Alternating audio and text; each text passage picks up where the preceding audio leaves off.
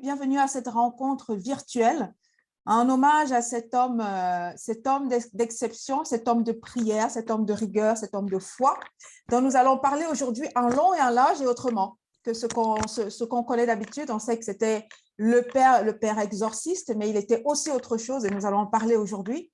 Le père Pierre Menrad Hebga, qui a été rappelé à Dieu il y a 14 ans. Aujourd'hui, nous célébrons donc, nous pensons à lui pendant ce mois.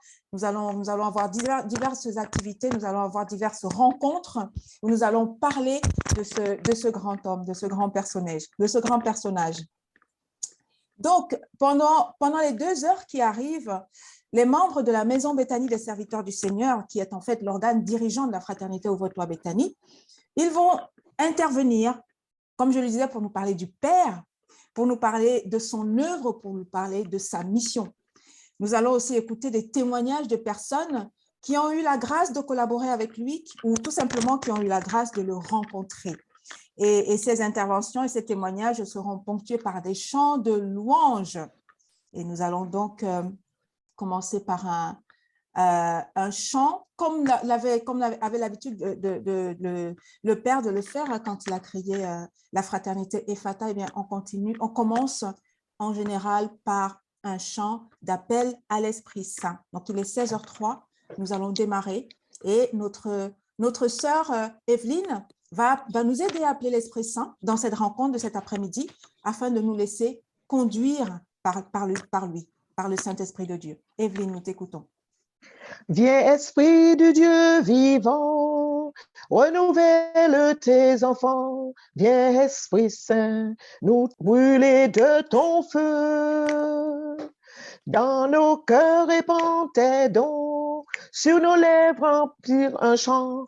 Viens, Esprit Saint, viens transformer nos vies. Esprit de lumière, restaure en nous le joie, le feu, l'espérance. Affermis nos âmes, anime nos cœurs pour témoigner de son amour immense. Esprit de lumière, Esprit créateur, restaure en nous la joie, le feu, l'espérance. Affermis nos âmes, anime nos cœurs pour témoigner de son amour immense. Oui, ma sœur, esprit de lumière, esprit créateur, donc nous avons appelé l'Esprit Saint, nous avons la foi, nous avons l'assurance qu'il est au milieu de nous et qu'il va conduire ce temps de partage, ce temps de rencontre autour du Père Menrad. Donc, merci de la présence de l'Esprit Saint dans nos cœurs et au milieu de nous. Bienvenue, bienvenue, bienvenue. Donc, nous allons t'écouter. Nous allons commencer par un témoignage donc de Charles Clarisse, qui est membre de la fraternité, bien évidemment, mais aussi de la Maison Béthanie des Serviteurs du Seigneur. Je vous le disais tout à l'heure. C'est l'organe dirigeant de la fraternité, mais aussi de la compagnie de Menrad. Donc, nous allons écouter Charles Clarisse nous parler du père Menrad Hebga comme étant un homme de foi. Nous t'écoutons, ma sœur.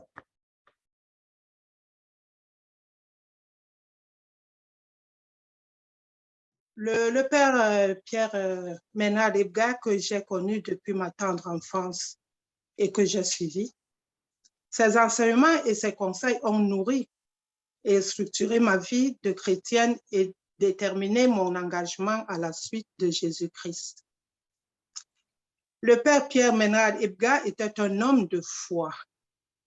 Quand je dis foi, c'était une foi ferme qui, comme il est dit dans l'Évangile, pouvait déplacer les montagnes.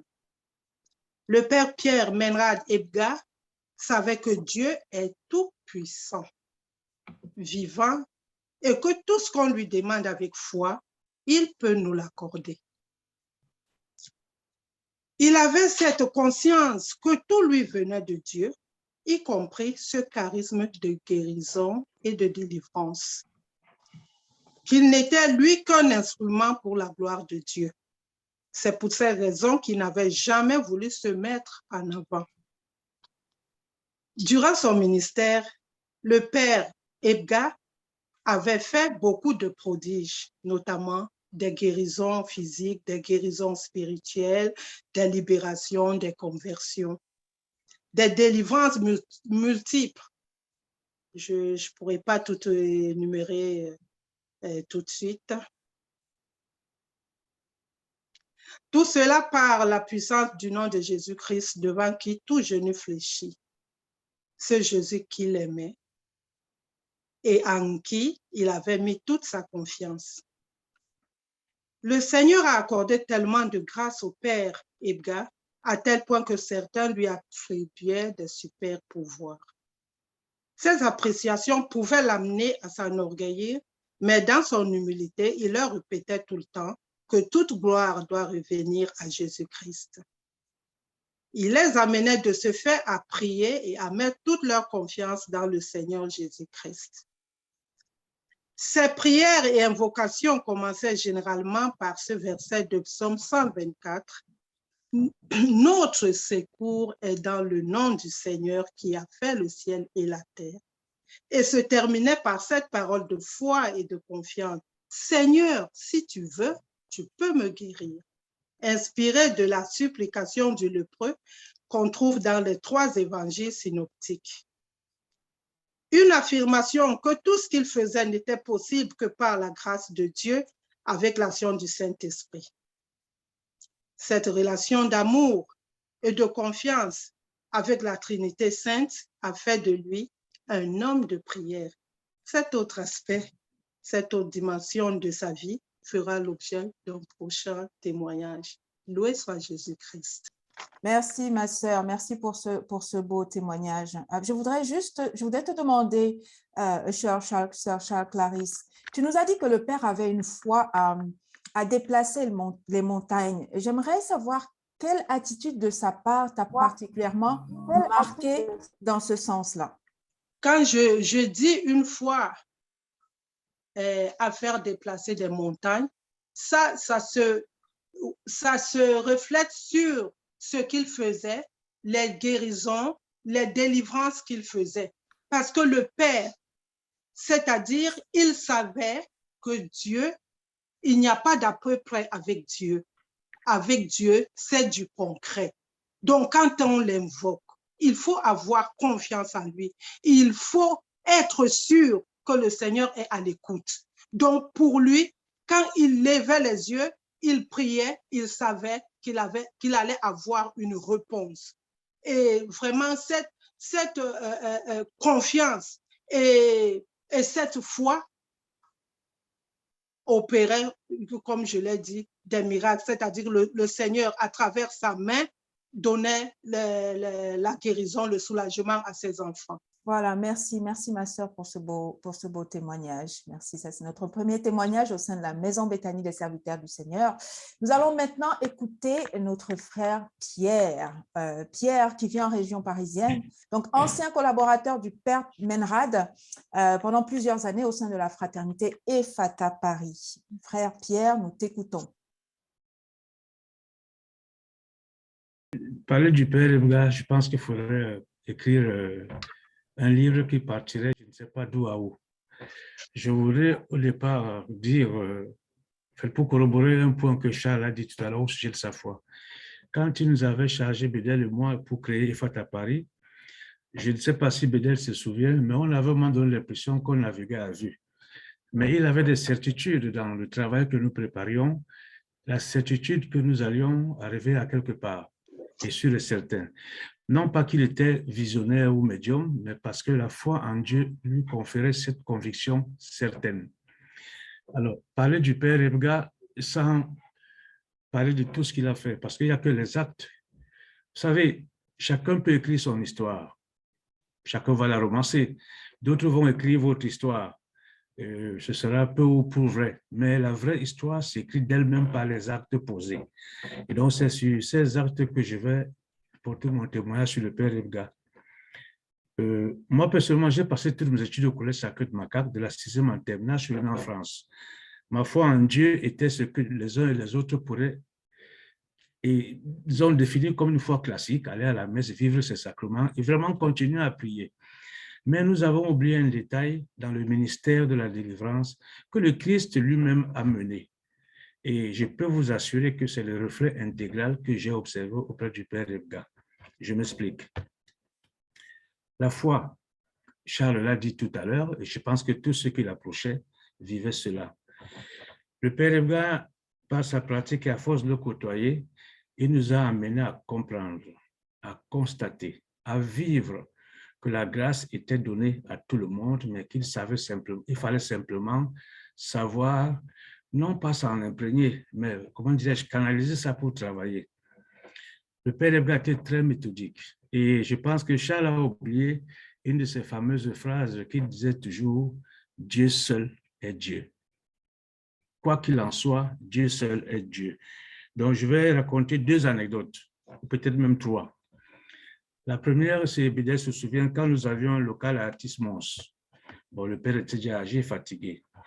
Et le père avait coutume, lorsqu'il commençait sa prière de délivrance, je vais dire entre guillemets dans notre terminologie, quand le malin était coincé, tant qu'il ne t'a pas vaincu, tant que le malin n'est pas parti, il ne te lâche pas. Et je me souviens, un jour, nous étions à Artis-Mons, nous étions à Artis-Mons, il y a un cas qui s'est avéré très lourd. Le père était physiquement fatigué et croyez-moi, nous qui étions avec lui, aussi baraqués que nous étions, on était épuisés. Et le malin, vous savez comment il agit. Alors le père a dit, puisqu'il se fout de nous, celui-là, on a mis la statue de la Vierge Marie devant la personne, cette personne qui était possédée. Et là, vous avez vu le miracle de la Vierge Marie.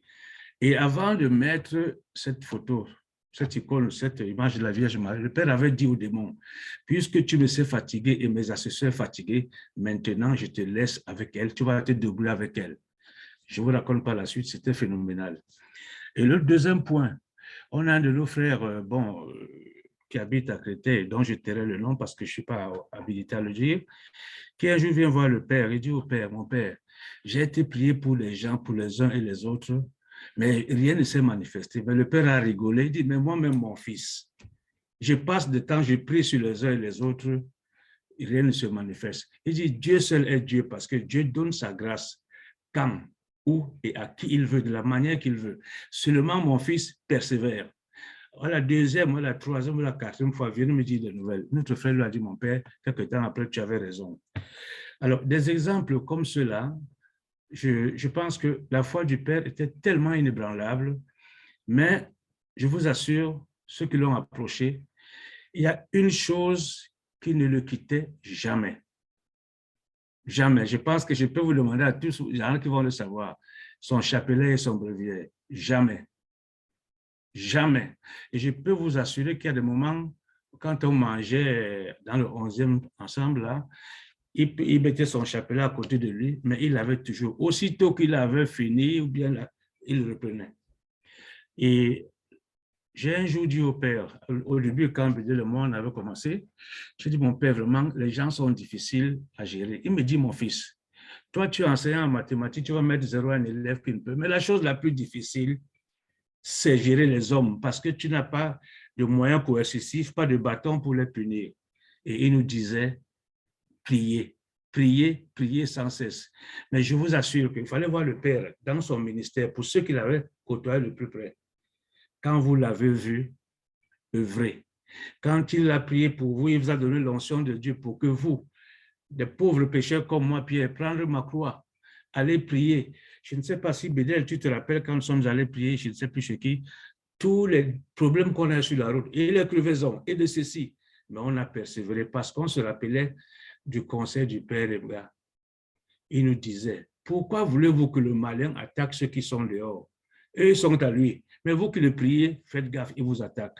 C'est-à-dire que sa foi était qu'à chaque occasion où nous étions avec lui, vous pouviez vivre pleinement votre foi. Et je vous assure, c'est ce que j'ai souhaité tout à l'heure, quand vous l'avez côtoyé, lorsque vous avez appris à prier, lorsque vous avez, c'est-à-dire, il vous inoculait cette force à continuer à aller de l'avant. Moi, aujourd'hui, je vous le dis, j'ai passé ma vie chez les prêtres. J'ai vécu tous mes sacrements. Ma foi a pris vraiment une coloration divine grâce au Père Ebga. Aujourd'hui, bon, c'est vrai, j'ai beaucoup évolué, mais il nous a appris à savoir où on met les pieds, comment on met les pieds, qui est ceci, qui est cela. Parce que sa foi, vous tous, on va le dire, Elle était inébranlable.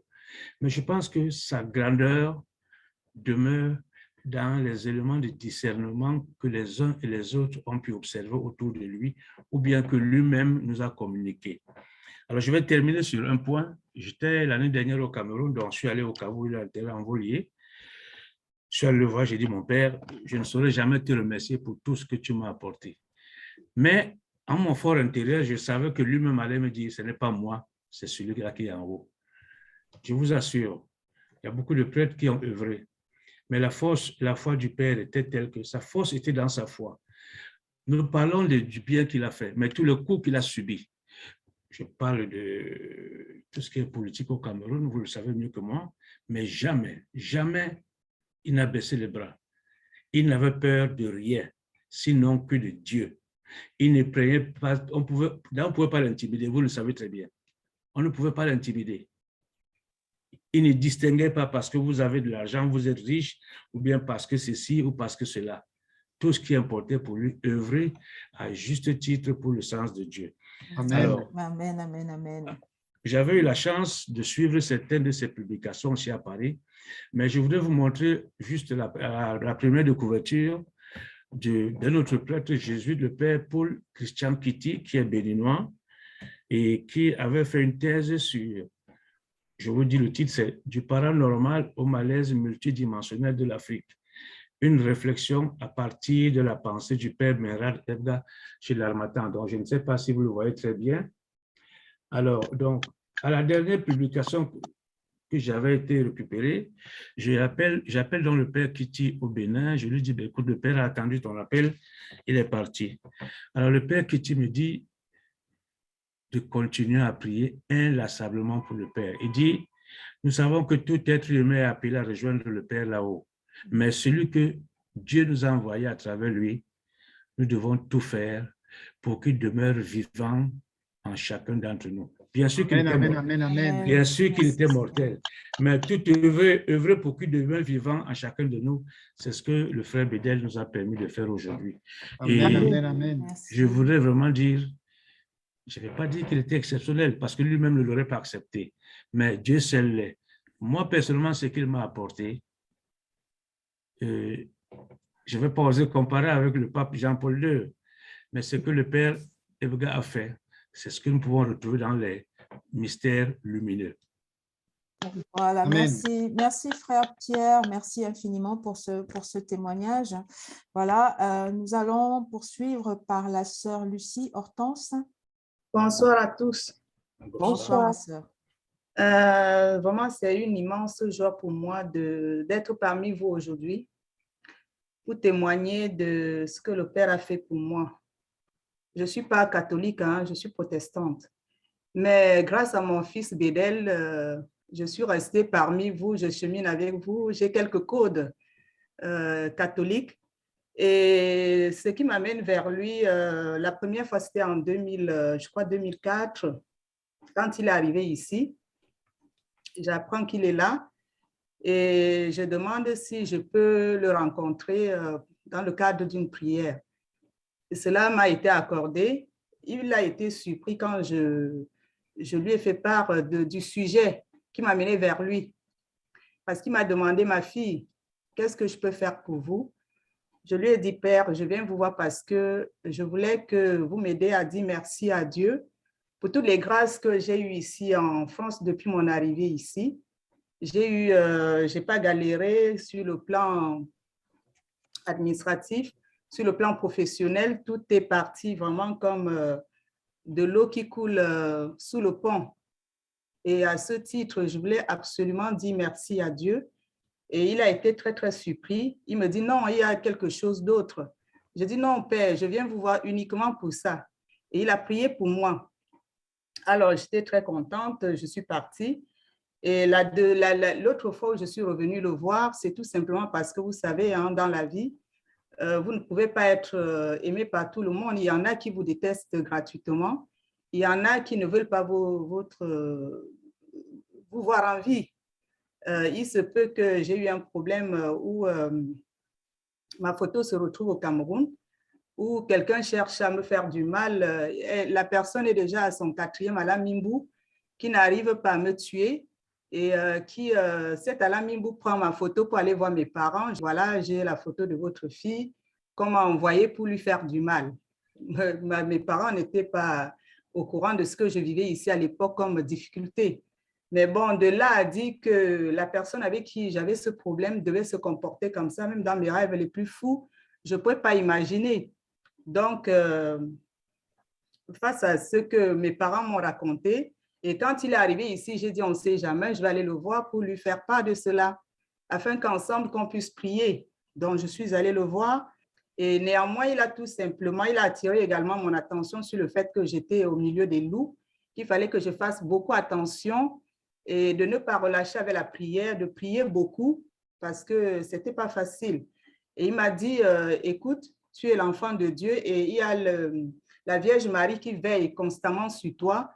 N'aie pas peur. À chaque fois que je me suis retrouvée en face de Père Merat Edgar, pour moi, la guérison était totale. Même si je n'avais pas de problème, le fait de savoir que j'étais dans son parage, j'étais tellement confiante, ça me faisait pousser des ailes. Pour un dernier témoignage, quand il a eu ses soucis de santé, nous sommes allés le voir sur son lit d'hôpital. Vraiment, ça m'a touchée. On est arrivé là-bas, il était couché, il ne bougeait pas parce qu'il avait déjà eu une amputation de ses orteils. Il était toujours préoccupé par le fait qu'il fallait qu'il prie pour nous. J'étais vraiment, j'ai dit, mais voilà, un malade qui ne se préoccupe pas de sa santé, tout ce qu'il trouve à faire, c'est d'être convaincu, d'être rassuré qu'on repart étant vraiment dans un état serein, en rentrant avec le maximum de bénédictions de sa part. Vraiment, ça m'a beaucoup touchée. Nous allons donc poursuivre notre témoignage avec la sœur Margot. Est-ce que tu es là, Margot? Je salue tout le monde. Bonsoir, et je suis vraiment très contente d'intervenir sur le Père Edgar. Donc, en fait, je vais intervenir sur la foi. Parce que quand on m'a dit qu'il y aurait cette journée aujourd'hui, qu'on devait faire un hommage à Père Edgar, j'ai pensé immédiatement à la foi. En fait, quand je suis arrivée en France, ça fait très longtemps. Je suis rentrée en vacances 4 ans après au Cameroun. De mon retour, je vais vous dire, dans l'avion, dès que l'avion de mon retour a pris, comme on dit, à take-off, à décoller, je ne sais pas ce qui m'est arrivé. J'ai senti quelque chose en moi qui était parti. J'ai mis la main comme ça, je n'avais plus ma médaille miraculeuse. Quand j'arrive en France, je suis allée de difficulté en difficulté. Comme je vous dis, je ne peux pas vous détailler. Je suis arrivée dans des difficultés où, sans raison, je vais à la préfecture sans raison. On me retire ma carte de séjour sans raison. Je suis allée, c'est-à-dire tous les jours, il y avait des problèmes. Mais le comble de tout, c'était déjà les attaques sur mon corps. Mais vraiment des attaques qui sont arrivées au point où ma mort était proche. Ma mort était prête. C'est-à-dire, je sentais des présences en moi. J'avais fait mon hôtel dans ma chambre où je devais prier tout le temps. Quand je sentais les choses qui me touchent sur le corps, je partais, je criais, je pleurais, j'attrapais la croix comme ça, je criais, je disais au Seigneur, Seigneur, je sens ça, mais j'avais tellement une force en moi qui me poussait à prier. Et je vous dis que tout cela arrivait quand il n'y avait personne à la maison. Dès que mon mari partait le matin, 1 minute après, je rentrais dans une espèce de... Je ne sais pas. Je sentais mes oreilles qui bourdonnaient avec des sifflements.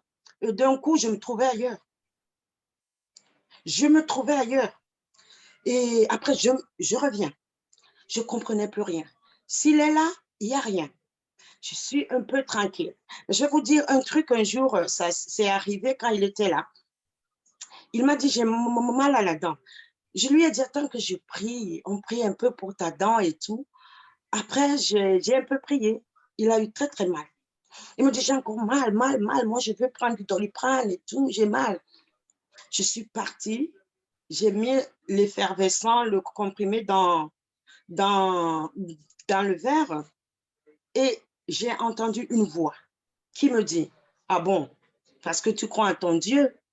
Là, on m'a pris le verre entre les mains, on a versé, et puis le verre, c'est-à-dire le verre est tombé tout seul et s'est retrouvé debout comme ça sur le sol. Fini, j'ai sauté. J'ai commencé à crier. Il vient dire quoi? J'ai dit, c'est père. Il tombe sur son comprimé. J'ai dit, non, ne prends plus ça, ne bois plus ça. Il dit, ah, j'ai mal, j'ai mal. Il a pris ça, il a bu. J'ai commencé à trembler. Jusqu'à ce qu'un jour, il repartait travailler tôt le matin. Vers 6 heures, j'avais toujours peur. Dès qu'il est parti, j'ai eu la même chose. Mes oreilles qui sifflent et du coup, je suis envoyée dans un trou, mais vraiment un trou noir. Et dans le trou, il y avait des hommes. Ils étaient tous habillés. Ici, en haut, il n'y avait rien. Et en bas, c'était des jupes, c'est comme des jupes avec des élastiques autour noirs. Et c'est comme ça qu'ils criaient, qu'ils riaient, comme en enfer, quoi. Je dis, ce bruit, je l'ai encore dans ma tête, comme si c'était hier. Et je suis restée là, comme ça. Ils étaient là, ils avaient des armes. Après, du coup, ils pointent les armes sur moi. Et qu'est-ce que j'entends? J'entends une voix qui me dit, serre les dents, serre très bien tes dents. Je serre mes dents. À un moment donné, ils tirent. Dès qu'ils tirent, au lieu que ça me tue, ça me propulse à l'extérieur du trou. Je me réveille. Je me lève, je me mets au bord de ma fenêtre. J'ai peur. Je reviens, je commence à prier. Et dans tout ça, je vous jure que je ne disais à personne. C'était comme si on m'avait fermé la bouche. J'avais envie de parler de ce dont je vis, mais je me disais, est-ce qu'on va me croire? Mon mari, ce n'était pas la peine, il ne croyait pas. Il n'était pas un croyant. Il allait me dire que ça se passe dans ta tête. J'avais peur. La dernière expérience que j'ai eue, parce qu'il y en a plein. C'était vraiment une vie sur des mois. Oui, excuse-moi, ma soeur. Donc, est-ce que tu en as parlé au père? Comment s'est passée sa rencontre avec lui? Je suis en train d'arriver. Je vais vous donner la dernière expérience, en fait. Je me suis encore retrouvée tôt le matin, toujours le matin, quand il n'y a personne dans la chambre. Je suis repartie.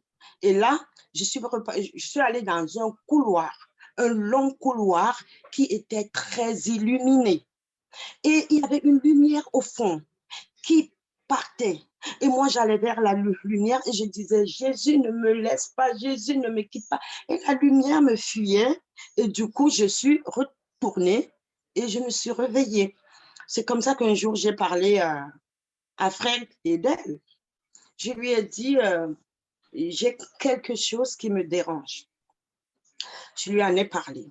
Il me dit, ah, il y a le père Menrad Ebga qui arrive en France. Ce que je raconte là, ça remonte il y a peut-être 25 ans. Il y a le père Ebga qui arrive en France, dont il faut aller le voir. Je lui dis, oh, il faut me dire quand il viendra. Oui, je veux aller le voir. J'espère qu'il va m'aider. Il me dit, ah, je vais te dire. Et quelques jours juste après, il me dit, en fait, le père est là. Il est à la rue Le Mont. Tu peux aller le voir ou bien moi, je vais prendre un rendez-vous pour toi. Il va te rencontrer. J'ai dit, d'accord. Après, il me dit, voilà, le père veut bien te rencontrer demain. Moi, je me suis déplacée. Je suis allée voir le père Ebga. Je vous jure que je m'attendais à ce que ce soit 1 heure, 2 heures de, je sais pas, de délivrance, de trucs comme ça. Je me suis retrouvée. On l'a appelé, on l'a dit, il y a quelqu'un qui t'attend. J'étais toute seule. Je l'attendais là, j'étais assise. Oh, il descendait, ma fille. Oui, j'ai rencontré Bédel. Il m'a dit qu'il y a quelqu'un qui a un problème et que qu'est-ce qui ne va pas et tout. comme ça. Il ne m'a même pas laissé parler. Parce que moi, je suis partie à raconter. Et puis, A, B, C, D. Vous voyez, je devais commencer de très loin. Bon, il me dit, OK, bon, viens, lève-toi. Il sort la croix. Il a prié sur moi 2 minutes, même pas. Il me dit, bon, c'est bon. Si j'ai le temps avant de rentrer, je passerai à la maison. Hein, je vais bénir la maison. Je vous jure, même pas 1 minute. Mais le problème est que la déception, j'allais être déçue que, mais est-ce que c'est tout? Mais à l'instant T, quand il a dit c'est fini, je vous jure, jusqu'à présent, c'était comme Amen, si... amen, amen, amen. Oui. C'est fini, c'est terminé. Je suis arrivée chez moi. C'est comme s'il n'y avait jamais eu quelque chose dans ma maison. Le Père qu'on avait arrivé chez moi. Et moi, j'ai voulu appuyer sur la foi. Est-ce que vous pouvez comprendre, mes frères? C'est quelle foi, ça? Ça. À la suite de ce que Pélagie vient de dire tout à l'heure, à ce sujet de la foi, vraiment pas plus de 2 minutes. J'étais au Cameroun quand le Père nommait les intercesseurs à Paris. Alors, je viens, je dis, mon père, tu as prié sur tout le monde. Moi, j'étais au Cameroun, je faisais la commission de Fata. Mais là, prie aussi pour moi. Il m'a dit, là où tu étais, j'ai prié pour toi. Et il me dit, ma prière, la prière de Dieu traverse les océans. Et je peux vous assurer que j'ai expérimenté ça parce que moi, Pierre, pauvre pécheur, j'avais jamais pensé que, à l'image de ce qu'il nous enseignait, prendre ma croix, avoir l'eau bénite, l'huile bénite et sa Bible, que ça pouvait faire des miracles. Alors que j'étais convaincu qu'il fallait que je sois devant lui. Lui m'a dit non, ma prière t'a touché, et la foi. C'est ce que je voulais dire à la lumière de ceci. Alors, merci. Alors, nous allons clôturer cette première partie de témoignage avec notre sœur Gabrielle. Je voudrais participer à ce témoignage de ma rencontre avec le Père. Déjà, je suis née d'une famille païenne. Tout s'est déroulé, tout a commencé dès le début par ma sœur aînée. Elle s'est retrouvée avec la compagnie des amis qu'elle avait rencontrés au Gabon qui l'ont entraînée dans une secte appelée le vaudou. Et sans s'en rendre compte, avec la confiance, elle a commencé à être initiée à l'intérieur. Alors, quand le moment arrivait où mon frère était parti du Gabon pour l'Europe et ma sœur est restée là-bas, alors il voulait faire venir sa sœur en France. Bon, tout a débarqué où il a fait les papiers. Bon, il fallait qu'elle parte prendre le visa au Cameroun pour l'Europe, pour la France, quoi. Alors, quand elle arrive au Cameroun, le temps de préparer les documents et tout, voilà comment je découvre que ma sœur fait les pratiques qui sont vraiment différentes de comment est-ce qu'elle est partie de la maison et tout. Jusqu'au jour où, quand elle a eu le visa, elle a pris le vol. Au niveau de Bruxelles, c'est là où l'esprit apparemment de son maître possesseur l'a un peu titubé dans le vol. Et c'est comme ça qu'on l'a rapatriée parce qu'on s'est dit qu'elle était dingue, elle était folle. Quand elle arrive au Cameroun, donc, l'esprit a continué, son maître possesseur a continué à la manipuler et tout. On l'a amené, il nous a conseillé de rencontrer le Père Edgar, d'aller au centre spirituel parce que le Père était plus à son centre spirituel qui était à Douala, vers Maton. À Manguin, oui, à Manguin justement. Quand on arrive à Manguin, c'est faisait tard. Alors, les frères nous ont reçus. Déjà, quand on est descendu de la voiture, on arrive à Manguin. Au moment où on a posé le pied dans le territoire, dans la concession de Manguin, elle a senti que c'était un lieu spirituel parce qu'elle a commencé à menacer. Elle a commencé à nous dire, où est-ce que vous m'amenez? Cet endroit-là, seulement la concession, l'esprit commençait déjà à s'emparer de toi. Dans l'Esprit Saint, c'était un lieu vraiment très spécial. Et comment ça s'est passé la rencontre avec le Père? Alors, quand on l'a amené donc chez le Père, là-bas, les frères nous ont accueillis. Et le lendemain, on nous a enregistré tout. L'emblème, c'est que le Père n'était pas là. Le Père était en Europe. Bon, le Père était en Europe. Alors, nous ont demandé, les frères intercesseurs nous ont demandé de passer un peu un moment en attendant que le Père revienne. Nous sommes passés, on a fait pratiquement 2 neuvaines. Après, donc, il y avait des chambres là-bas, il y avait des endroits, il y a des endroits en Manguin où oui, vous étiez accueillis. C'était très, très grand centre spirituel. C'est sur plusieurs, comment je vais dire, c'est sur des hectares. C'est un très grand centre spirituel. Il y avait des dortoirs des femmes, des dortoirs des hommes, maison des intercesseurs, une grande église comme une cathédrale, un très grand centre spirituel que le Père avait vraiment fondé au Cameroun, qui accueillait des malades de différents horizons, de partout et autres. Alors, quand le Père retournait de l'Europe, nous étions là déjà sous la responsabilité des intercesseurs qui étaient là. J'étais son garde malade. Alors, le jour où le Père devait donc l'apprendre particulièrement, parce que le Père avait la possibilité de se faire sortir aussi les gens dans les sectes, dont on appelait ce genre de cas, les cas spéciaux. Alors, donc, quand le Père donc, a été informé de la situation de ma sœur, il a donc dit qu'il fallait qu'il apprenne en particulier dans un moment très, très particulier, parce que les gens venaient des États-Unis, de Londres, de partout, a dû donner l'argent à ma sœur sans se rendre compte qu'elle était malade. Donc, c'est comme ça qu'elle s'est échappée, elle est partie, sans que personne n'était au courant. Alors, au moment où on devait l'amener dans le bureau du Père, on dit au Père que le cas spécial n'est pas là, il paraît qu'elle s'est échappée. Quand le Père donc a été informé, le Père a décrété un triduum de prière pour elle, pour la famille, parce qu'on lui avait dit que c'était un cas très, très difficile. Mais vraiment, la chose la plus spéciale, c'est que vraiment, cet homme était un grand homme de foi. Le 3e jour, on a retrouvé ma sœur. Le 3e jour du jeûne, on a retrouvé ma sœur qui était perdue depuis pratiquement... Amen. Oui. Donc, c'est chez le Père que je suis que vraiment, j'étais aussi, c'est déjà sous l'influence des forces du mal. Et le Père, ils m'ont pris un cas aussi particulier. On a commencé à faire les prières sur moi. Et vraiment, c'est à Manguène que toute ma vie spirituelle a déclenché. J'ai eu le baptême là-bas. Pas seulement moi, aussi ma petite sœur, mes frères et sœurs, mes neveux, on a eu le baptême à Manguène. Et franchement, s'il faut que je relate tout ce qu'on a vécu, c'est Et est-ce que vous avez donc été délivré là-bas, toute la famille, ta sœur, toi et tous ceux qui étaient concernés par ces esprits dévolus là? Ce que je peux dire, c'est que vraiment la délivrance a été parce que c'était un combat qui n'avait pas de nom. Les délivrances venaient au fur et à mesure, jusqu'aujourd'hui. Très bien. Merci, Amen, ma sœur. amen, Merci, alléluia, ma sœur. amen, Merci. amen. Nous avons vu que le Père Menrad, comme tout chrétien, s'est heurté à des difficultés de la vie. Et nous le savons, même le Père Menrad, pour ceux qui le savent, a eu d'énormes difficultés au sein de l'Église à cause justement de cette diaconie des malades. Aujourd'hui, beaucoup de personnes témoignent de sa grande foi. On l'a entendu dans les témoignages que nous avons écoutés tout à l'heure. Cette foi qui a été secouée de nombreuses fois sans jamais être brisée. Nous allons écouter notre sœur Joëlle de la Maison Béthanie des Serviteurs du Seigneur qui va nous lire ce que le Père Menrad Helga lui-même disait de ce qui a accompagné et soutenu cette foi durant sa vie dans un de ses livres qui s'intitule « Afrique de la raison, Afrique de la foi » qui a été publié aux éditions Cartala en 1995. Nous écoutons Joëlle. Oui, bonsoir frères et sœurs. Bonsoir Joëlle. J'aimerais dire ici très simplement les principes qui m'ont servi et me servent encore de guide dans mon cheminement. Principes de référence, j'en retiens 2. Le premier est qu'il faut tenir ferme la foi en Jésus-Christ et en son Église visible, envers et contre tout.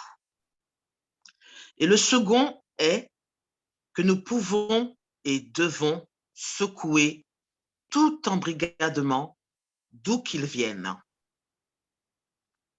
Je crois en l'Église, une sainte catholique et apostolique. Cette profession de foi doit être maintenue en tout état de cause. À première vue, le croyant obéit là à un préjugé irrationnel. Mais pour celui que le Seigneur a séduit et qui s'est laissé séduire, pour celui que le Christ a saisi, il s'agit plutôt d'une connivence en parole entre le Créateur et sa créature. Et c'est l'attachement personnel en parole entre le Créateur et sa créature, et c'est l'attachement personnel au Christ qui motive la fidélité à l'Église, la foi. Il faut le reconnaître, est habité par la volonté de croire et de tout faire pour éviter de choir dans l'incroyance. La foi n'est pas fonction de la sainteté du prédicateur. Elle ne se laisse pas balloter tout vent de doctrine et ne se veut pas conditionnée par le comportement de ceux qui sont saisis, assis dans la chair de Moïse. Le oui à Jésus-Christ est identique au oui à l'Église, son épouse mystique, et il se veut inconditionnel. Nous ne savons que trop, hélas, qui se transforme souvent en non dans notre vie réelle. Mais, même en état de péché, l'homme fragile peut et doit garder la foi en son Seigneur et sa fidélité à l'Église. Mais la fidélité ne nous astreint pas à nous laisser embrigader dans je ne sais quelle croisade idéologique pour l'exaltation terrestre de la Sainte Église. Avec la même liberté chrétienne, le croyant refuse d'être manipulé par la propagande anti-religieuse qui se déchaîne contre l'Église sous le couvert de la défense des droits de l'homme. Il me semble que ma foi ne repose pas sur une créature, quelle qu'elle soit. Elle ne repose pas sur une créature angélique. L'apôtre est formel et catégorique. Si un ange du ciel écrit aux Galates, vous annoncez un évangile différent de celui que vous avez reçu, qu'il soit anathème.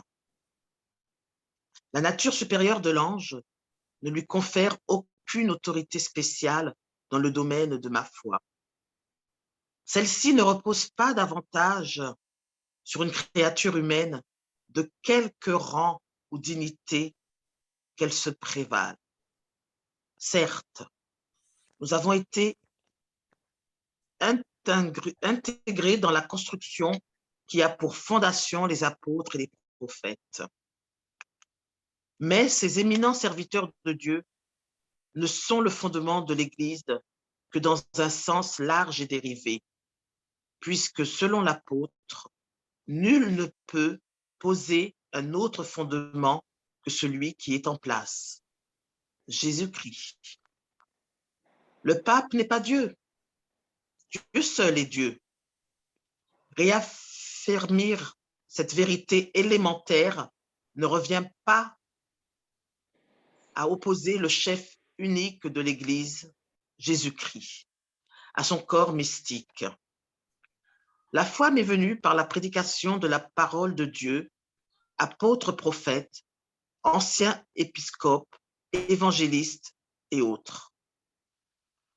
On a été les instruments providentiels, vases d'argile trop fragiles pour servir de pierre d'angle ou de fondement, hommes pécheurs, et je sais que si je ne descendais pas jusqu'à ce roc inébranlable et rassurant, ma foi ne tiendrait pas le coup. Oui, c'est la présence du Christ qui me rassure dans une église humano-divine.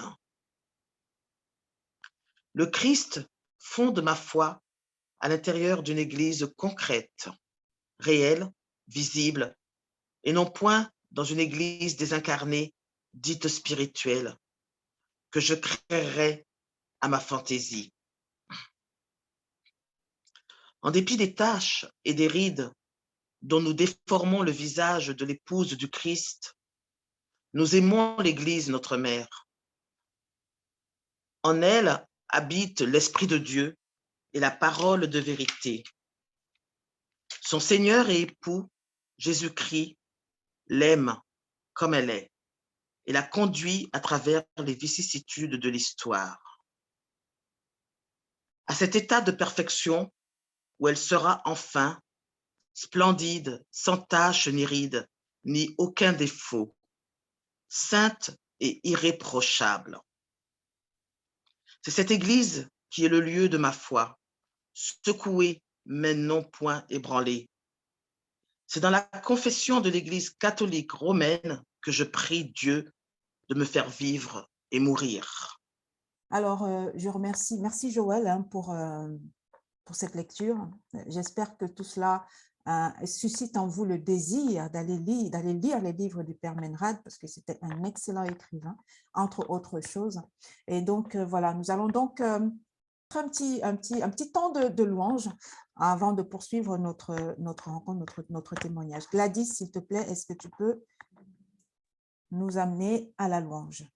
Rendons gloire à notre Dieu, lui qui fit des merveilles.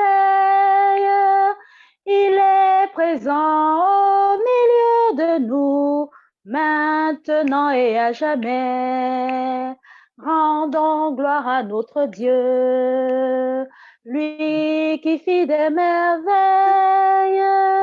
Il est présent au milieu de nous, maintenant et à jamais.